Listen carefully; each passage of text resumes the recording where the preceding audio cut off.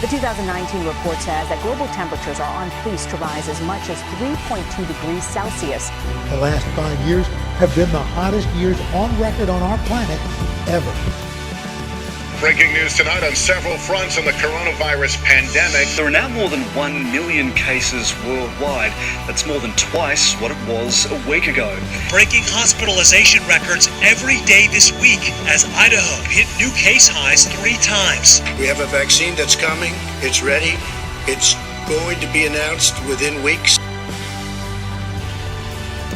Many chanted Black Lives Matter as they walked the streets of Salt Lake before and after those protests got violent. The fact of the matter is, there is institutional racism in America. A giant mural showing support for law enforcement suddenly appeared over the weekend near Tampa Police Headquarters. If your activism only consists of destruction and not building, that is not activism. That is also not what this movement is about. May history be able to say that the end of this chapter of American darkness began here tonight, as love and hope and light join in the battle for the soul of the nation. Together we are unstoppable. Together we are unbeatable.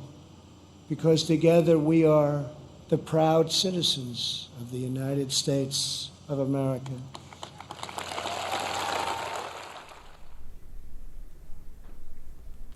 Good morning, Pioneers, and welcome to our national news show. Today is Thursday, December 17th. I'm Abby Fulton. And I'm Ashley Foyt. Today we're going to be talking about a couple national and statewide news events. Last Friday, the FDA issued an emergency use authorization for a COVID-19 vaccine to prevent the spread of the virus. The emergency use authorization allows the Pfizer-BioNTech COVID-19 vaccine to be distributed in the U.S.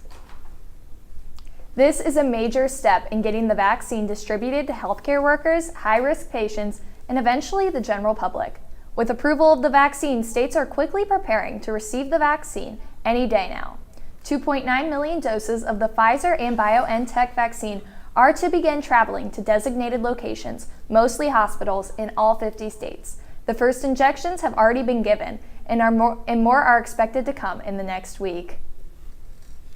President-elect Joe Biden has begun the process of selecting members of his cabinet.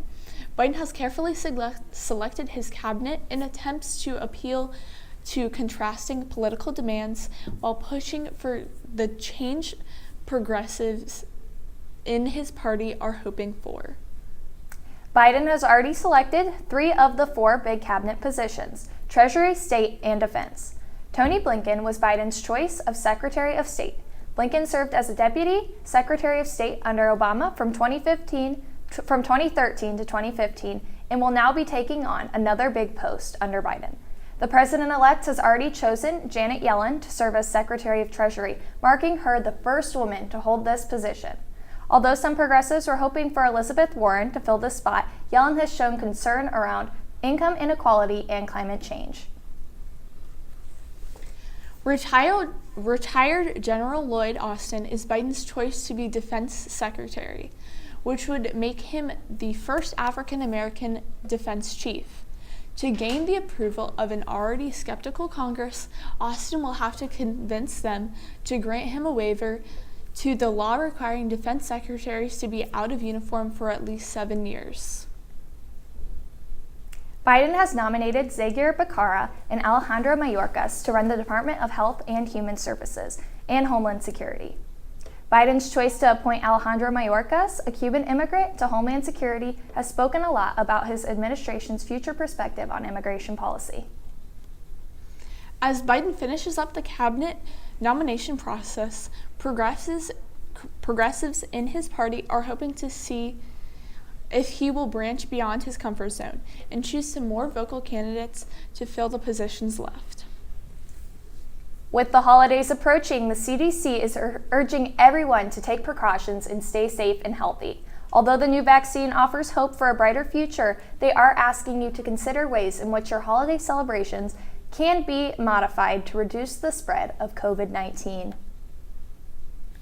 The CDC recommends that, quote, celebrating virtually or with members of your own household who are consistently taking measures to reduce spread of COVID-19 possesses the lowest risk for spread, end quote.